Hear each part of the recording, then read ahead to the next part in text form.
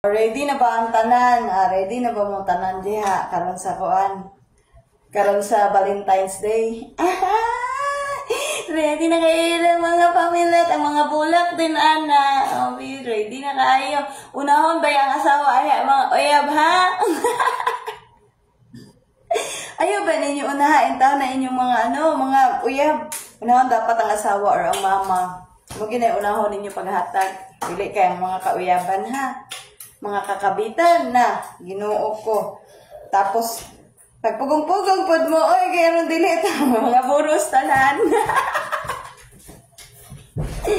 Mag-itom di ko karon kay bitter man kayo ko kay wala man koy pares, wala man koy kabit.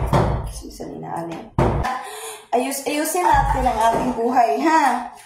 So karon di ay late na naman pud ko nakamata munang diretso ta duty ani lang sa naman atong mga kahubagan dire mga hubag na mag-ayo.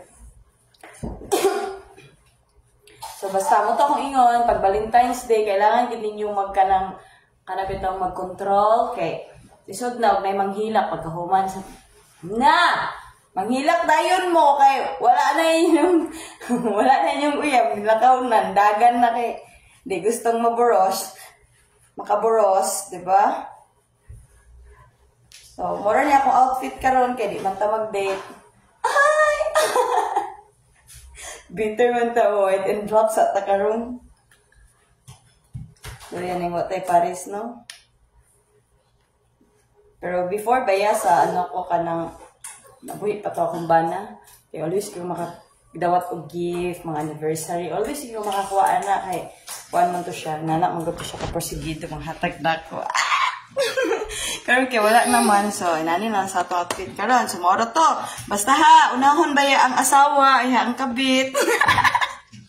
Ganun talaga.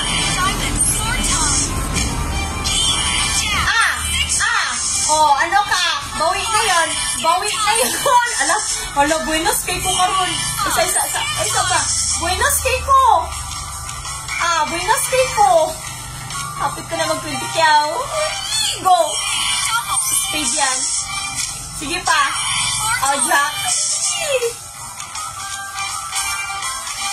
Ang late lang. Ayun. Puputok yan.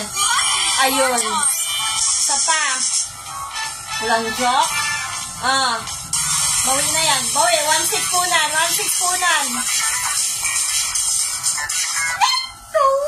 2,000. Tuwan panalo. Oh my God. Basta gusto mo Gcash, nako'y kwarta din sa Gcash karon. Legit. Ang link nasa comment section. May